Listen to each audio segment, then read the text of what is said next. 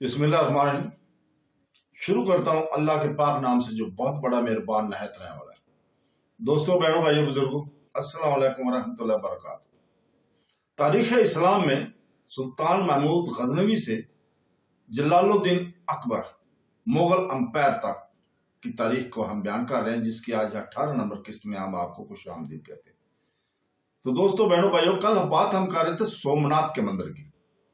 ہندوؤں کا عقیدہ تھا کہ سوما دیوتا، جس کے نام پر یہ مندر مشہور تھا، اس کو تمام عروج پر مکمل اختیار حاصل ہے۔ اس کے بارے میں اس عقیدے کا اظہار کیا جاتا تھا کہ وہ تمام تناحوں کو باقاعدہ بناتا ہے اور روح کو سزا اور جزا دینے کی طاقت بھی اسی کے پاس ہے۔ مندر بہت عالیشان تھا اور تمام پجاری اس کی بڑی تعظیم اور تکریم کیا کرتے تھے۔ بہرحال بت پرستی کے اس جیسے مراکز کو تباہ کرنے کے لیے تہیہ کر کے اس نے ستمبر 1024 عیسوی میں غزنی سے ہندوستان کی طرف پیش قدمی کرتی تھی۔ اس کے ہمراہ ترکستان اور ہمسایہ ممالک کے 30,000 نوجوان رضاکار تھے۔ انہوں نے اس مندر کو تباہ کرنے کے لیے سلطان کی فوج میں بلا معاوضہ شمولیت اختیار کر لی تھی۔ ملتان کے صحرا کو عبور کرنے کے بعد وہ اجمیر پہنچا۔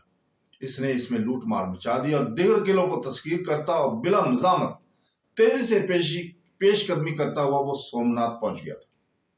مندر کے قلعوں کا راجپوتوں نے بڑی جوان مردی سے دفاع کیا اور مسلسل 3 روز تک مسلمانوں کے حملوں کو عظیم نقصان کے بعد پسپا ہونا پڑا۔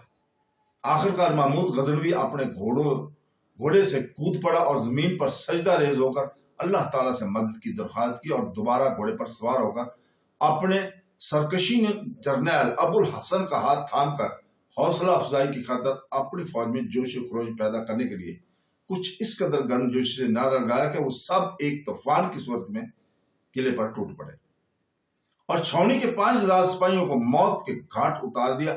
باقی ماندہ فوج اپنی جان بچانے کے لیے کشتیوں میں سوار ہو گئی، لیکن مسلمانوں نے ان کا تعاقب کیا اور بے شمار کشتیوں کو ڈبو دیا۔ اب محمود غزنوی مندر میں داخل ہوا۔ اس کے بیٹے چند عمرہ اور سردار اس کے ہمراہ تھے۔ جیسے ہی وہ ایک عظیم الشان ایوان میں داخل ہوا تو اس نے اپنے سامنے پتھر کا ایک 9 فٹ بلند بت کو دیکھا۔ سلطان محمود غزنوی نے مجسمے کے قریب پہنچ کر اپنے گرز کی ایک ہی کاری ضرب سے اس کا ناک اڑا دیا تھا۔ اس کے بعد اس نے حکم دیا کہ بت کے 2 ٹکڑے غزنی روانہ کر دیے جائے، ایک کو جامع مسجد کی دہلیز پر پھینک دیا جائے اور دوسرے کو اس کے محل کے صدر دروازے پر رکھ دیا جائے۔ اسی طرح مکہ مکرمہ اور مدینہ منورہ کے لیے بھی 2 اور ٹکڑے روانہ کیے گئے۔ برہمنوں نے سلطان محمود غزنوی کے سامنے پیشکش رکھی تھی کہ اگر وہ بتوں کو چھوڑ دے تو وہ اسے بہت بڑی مقدار میں سونا دیں گے۔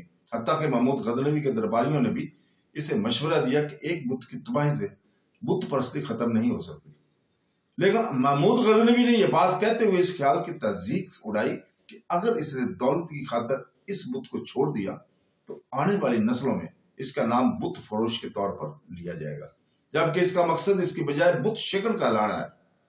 بت کو اسی وقت پاش کر دیا گیا تھا تو اس کے اندر سے اس دولت سے کہیں زیادہ مالیت کے ہیرے جواہرات برآمد ہوئے، جس کی پیشکش ریبوں نے کی تھی۔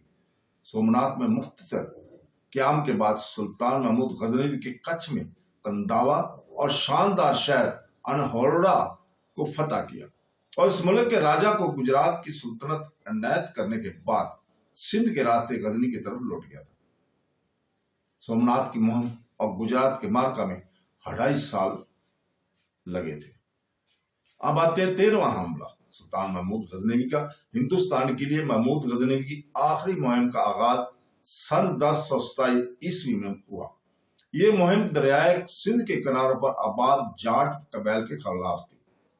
انہوں نے گجرات سے واپسی پر مسلمانوں کی فوج سے چھیڑ چھاڑ کی تھی، ان قبائل کو تسخیر کر لیا اور اس کے بعد ہندوستان پر مزید کسی حملے کا ارادہ نہ کیا۔ محمود غزنوی کے دوسرے جو حملے تھے، امیر ناصر الدین سبکتگین کے مرنے کے بعد امیر اسماعیل، جو کہ اس کا بڑا بیٹا تھا، اس کا جانشین ہوا اور اس نے چاہا کہ امیر محمود غزنوی کو میراث سے محروم کر دے، لیکن امیر محمود غزنوی اس پر غالب آیا اور باپ کا جانشین ہو گیا۔ اس نے بلخ کی جانب چڑھائی کر دی اور خراسان پر قبضہ کر لیا تھا۔ جب اس نے اس ملک کو دشمنوں کی گندگی سے صاف کر دیا تو اس کی حکومت کی شہرت ہر طرف ہوگی۔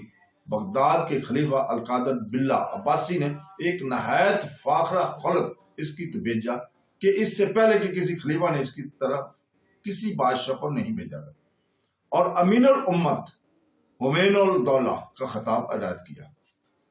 سلطان 1000 میں بلخ سے ہرات کو روانہ ہوا اور وہاں سے سستان گیا۔ وہاں کے حاکم خلف بن احمد کو متی بنا کر غزنی واپس آ گیا تھا، اور غزنی سے ہندوستان کی طرف متوجہ ہوا تھا۔ چند قلعے فتح کر لیا اور پھر واپس آ گیا تھا۔ اس نے اہل خان کے ساتھ رشتہ دمادی استوار کر لیا اور طے پایا کہ ماروائے نہر اہل خان کے پاس رہے گا اور سارا ملک سلطان کا ہوگا۔ سن 1000 ماہ شوال 391 ہجری میں اس نے پھر غزنی سے ہندوستان کا ارادہ کیا اور 10,000 سوار لے کر پشاور آ گیا۔ راجہ جے پال 10-12 ہزار سوار، بہت سے پیادے اور 300 ہاتھی لے کر مقابلے پر آ گیا تھا۔ جنگ شروع ہوئی، فریقین ایک دوسرے سے ٹکرا گئے اور شجاع آخر کار سلطان محمود غزنوی کو فتح اور نصرت حاصل ہوئی۔ راجہ جے پال 15 افراد کے ہمراہ، جن میں اس کے بھائی اور لڑکے تھے، گرفتار ہوا اور ان میں سے 5,000 کفار قتل ہوئے۔ کہتے ہیں کہ جے پال کے گلے میں ایک مرثا حمائل تھی کہ جن کو ہندوستان کی زبان میں مالا کہتے ہیں۔ مبصروں نے اس کی قیمت 1,80,000 دینار تجویز کی تھی اور اس کے دوسرے بھائیوں کے گلوں میں قیمتی مالائیں تھیں۔ یہ فتح ہفتہ کے روز 8 محرم 392 ہجری 28 نومبر سن 1000 کو ہوئی تھی۔ وہاں سے محمود غزنوی قلعہ ویند کو جہاں جے پال رہتا تھا روانہ ہوا اور اس پر قبضہ کر لیا۔ جب موسم بہار آیا تو وہ غزنی واپس چلا گیا تھا۔ محرم 393 ہجری نومبر 1002 میں وہ پھر سستان گیا اور خلف بن احمد کو متی بنا کر غزنی لے آیا۔ پھر ہندوستان کا قصد کیا اور بھاتیہ کو فتح کرنے کے بعد نوح ملتانی سے گزر کر بھاتیہ کی حدود میں داخل ہوا، قیام کیا۔ وہاں کا راجہ بحیرہ اپنی سپہ اور ہاتھیوں کی کثرت اور قلعے کے استحکام کی بدولت مفروغ تھا۔ اس نے اپنے لشکر کو سلطان کے مقابلے کے لیے چھوڑا اور خود چند آدمیوں کے ہمراہ دریائے سندھ کے کنارے جا پہنچا۔ سلطان نے یہ خبر پا کر اپنا لشکر اس کے تعاقب میں روانہ کیا دیا تھا۔ جب سلطان کا لشکر اس کے پاس پہنچ گیا تو اس نے خنجر مار کر خود کو ہلاک کر لیا۔ لوگ اس کا سر بادشاہ کے پاس لائے۔ سلطان محمود غزنوی نے اس کے آدمیوں پر تلوار چلائی، بہت سے آدمی مارے گئے۔ مال غنیمت میں بہت سے غلام، ہاتھی، ہندوستان کی نفیس چیزیں ہاتھ آئیں اور وہ غزنی چلا گیا۔ تمام مال غنیمت میں 280 ہاتھی تھے۔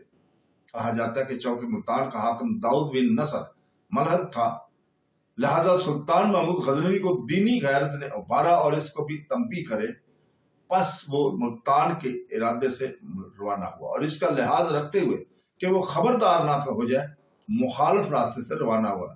جے پال کا لڑکا انند پال جو راستے میں تھا مزاحم ہوا۔ سلطان نے لشکر کو لڑائی، تاراجی اور غارت گری کا حکم دیا۔ انند پال شکست کھا کر کشمیر کے پہاڑوں میں بھاگ گیا تھا اور سلطان ہند کے راستے سے ملتان پہنچا اور 7 روز تک ملتان کا محاصرہ جاری رکھا۔ ملتان کے حاکم نے ہر سال 20,000 درہم ادا کرنا قبول کیا اور حکام شریعہ کے جاری کرنے کا عہد کر کے توبہ اور معذرت کی، اور سلطان محمود غزنوی اس قرار پر صلح کرنے کے بعد غزنی واپس چلا گیا تھا۔ یہ واقعہ 396 ہجری 1005 اور 6 میں ہوا تھا۔ 397 ہجری 1006 اور 7 میں سلطان ترکوں سے جنگ میں مشغول ہو گیا تھا۔ وہ ربیع الاخر 398 ہجری 1007 میں اس کا زار سے فارغ ہوا تو اسے یہ خبر ملی کہ راجہ ہند کا پوتا سوک کپال جو ابو علی حجویری کے ہاتھوں قید ہو کر اسلام لے آیا تھا، مرتد ہو کر فرار ہو گیا ہے۔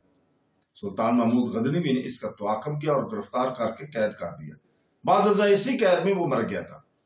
سلطان محمود غزنوی سن 399 ہجری 1008 اور 9 میں دوبارہ ہندوستان آیا تھا اور آنند پال سے جنگ کر کے اس کو شکست دی تھی۔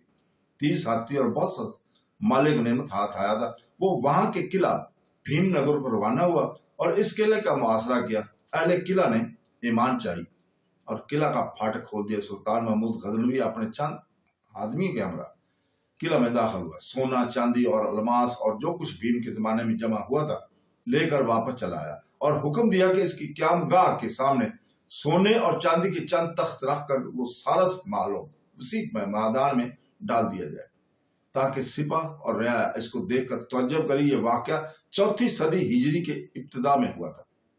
سلطان محمود غزنوی نے پھر 401 ہجری میں 1010 اور 11 عیسوی میں غزنی سے ملتان کا قصد کیا، جو کچھ ملتان میں باقی رہ گیا تھا اس پر بھی قبضہ کر لیا گیا تھا۔ کرامتیوں اور ملاتاؤں میں سے اکثر کو قتل کرا دیا گیا تھا، کچھ کے ہاتھ کٹوا دیا اور بعض کو قلعہ میں بند کر دیا جو وہیں مر گئے تھے۔ جب سلطان محمود غزنوی کو یہ خبر ملی کہ ہندوستان میں تھانسیر نام کا ایک شہر ہے اور وہاں کے بڑے بت خانوں میں ایک بت ہے جس کا نام جگر سوم ہے، اور ہندوستان کے لوگ ہنود اس کی پرستش کیا کرتے ہیں، سلطان محمود غزنوی نے جہاد کے ارادے سے لشکر جمع کیا اور 402 ہجری بمطابق 1011 اور 12 عیسوی میں تھانسیر کی طرف متوجہ ہوا۔ نوروز پال کو جب یہ خبر ملی تو اس نے اپنا ایلچی بھیجا اور پیغام ارسال کیا کہ اگر سلطان محمود غزنوی اپنے ارادے سے باز آ جائے تو میں 50 ہاتھی بطور پیشکش بھیجوں گا۔ سلطان محمود نے اس پر توجہ نہ کی۔ جب وہ تھانیسر پہنچا تو پورے شہر کو خالی پایا۔ لشکریوں کو جو کچھ ملا وہ انہوں نے لوٹا، بتوں کو توڑا اور بت جگر سوم کو غزنی لے گئے۔ سلطان محمود غزنوی نے حکم دیا کہ اس بت کو شاہی مال کے سامنے ڈال دیا جائے تاکہ مخلوق کے پیروں تلے روندا جائے۔ سلطان محمود غزنوی 403 ہجری بمطابق 1012 اور 13 عیسوی میں گرجستان کو فتح کر کے اس کے حاکم شار کو گرفتار کر لیا، اور اس سال کے آخر میں ابو الفوراس بن بہادلہ اپنے بھائیوں غلبے کی وجہ سے سلطان محمود غزنوی کی پناہ میں آ گیا تھا۔ سلطان محمود غزنوی نے ان کو خطوط لکھے اور ان میں صلح ہوگی۔ اسی سال عزیز مصر کا میلچی کے جس کو مہارتی کہتے تھے پہنچا۔ علماء اور فقہ نے سلطان محمود غزنوی سے کہا کہ یہ ایلچی کرامتا کا مذہب رکھتا ہے۔ سلطان نے اس کی تشہیر کرا کے اسے نکال دیا۔ 404 ہجری 1013 اور 14 عیسوی میں سلطان محمود غزنوی نے قلعہ نندنا پر جو کوہ بالناتھ میں واقع چڑھائی کر دی۔ نوروز پال نے تجربہ کار آدمی قلعے کی حفاظت کے لیے چھوڑے ہوئے تھے اور خود درہ کشمیر میں داخل ہو گیا۔ سلطان نے نندنا کو پہنچ کر قلعہ کا محاصرہ کر لیا، قلعہ گیری کا تمام مال اور اسباب جمع کر کے نقب شروع کی۔ اہل قلعہ نے ایمان حاصل کر کے قلعہ سپرد کر دیا۔ سلطان محمود غزنوی اپنے چند خاص آدمیوں کے ہمراہ قلعہ میں داخل ہو گیا اور جو کچھ سامان وہاں تھا سب لے لیا، اور فارغ کو وہاں کا کوتوال مقرر اور درہ کشمیر کی جانب رخ کیا، کیونکہ نوروز پال وہاں تھا۔ نوروز پال وہاں سے بھی فرار ہو گیا۔ سلطان اس درہ میں داخل ہوا تو بہت سے غلام، سونا اور مال غنیمت ہاتھ لگا، بہت سے کافروں کو دین اسلام میں داخل کیا، ان کے اسلام کے آئین سکھائے اور غزنی واپس چلا گیا۔ پھر آتے ہیں ہم 407 ہجری 1016 اور 17 عیسوی میں اس نے کشمیر کا رخ کیا اور لو کوٹ کے قلعے کا محاصرہ کر لیا۔ جب زیادہ عرصہ گزر گیا، آندھی، برف، سردی کی شدت ہوگی اور کشمیریوں کو مدد پہنچ گئی تو سلطان محمود غزنوی نے قلعہ کا محاصرہ چھوڑ دیا اور بہار کے موسم میں غزنی چلا گیا۔ اسی سال ابو العباس بن معمور اور اعظم شاہ نے خوازم سے ایک خط سلطان محمود غزنوی کو لکھ کر اس کی بہن کی خواہش کو ظاہر کیا، تو سلطان محمود غزنوی نے اپنی بہن کو خوازم بھیج دیا۔ سن 407 ہجری 1016 اور 17 عیسوی میں بدماشوں کی ایک جماعت نے ہجوم کر کے خوارزم پر چڑھائی کر دی تھی اور اس کو قتل کر دیا۔ سلطان غزنی سے بلغ آیا اور وہاں سے خوازم کا ارادہ کیا۔ جب خوازم کی سرحد پہنچا تو اس نے محمد بن ابراہیم تائی کو لشکر کا مقدمہ تو جیش بنا کر پہلے روانہ کیا۔ جس وقت انہوں نے منزل کی اور صبح کی نماز میں مشغول ہوئے تو خمار تاس جو خوار زمیوں کا سپہ سالار تھا کمین گاہ سے نکلا اور ان پر حملہ آور ہوا، ایک کثیر جماعت کو قتل کر کے اس جماعت کو منتشر کر دیا تھا۔ تو دوستو اس کے ساتھ ہی آج ہم اجازت چاہتے ہیں، کل انشاءاللہ تعالی ہم اگلی قسط 19 نمبر آپ کے سامنے لے کر آئیں گے۔ اللہ حافظ۔